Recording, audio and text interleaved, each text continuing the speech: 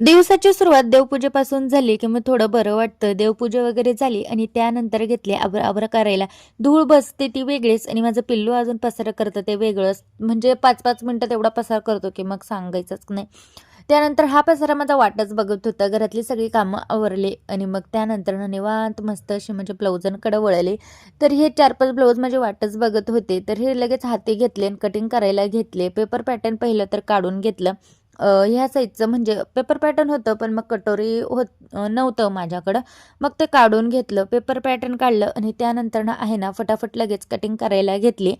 हे ब्लाऊज आहे ना कटिंग करून झाले. त्यानंतर ना हे ब्लाऊज घेतले मी कटिंग करायला. हे निम्मी स्लीवला आणि निम्मी भाग पाठीला करायचा होता डिझाईनचा असं कस्टमरचं म्हणणं होतं. मग मी तेच ॲडजस्ट करत होती. झालं ॲडजस्ट कारण नाही ना स्लीव खूप छोटी होती. 3ची स्लीव होती म्हणून मग केलं. पण मग शिवायला ते थोडं अवघड जाणार आहे. तर चला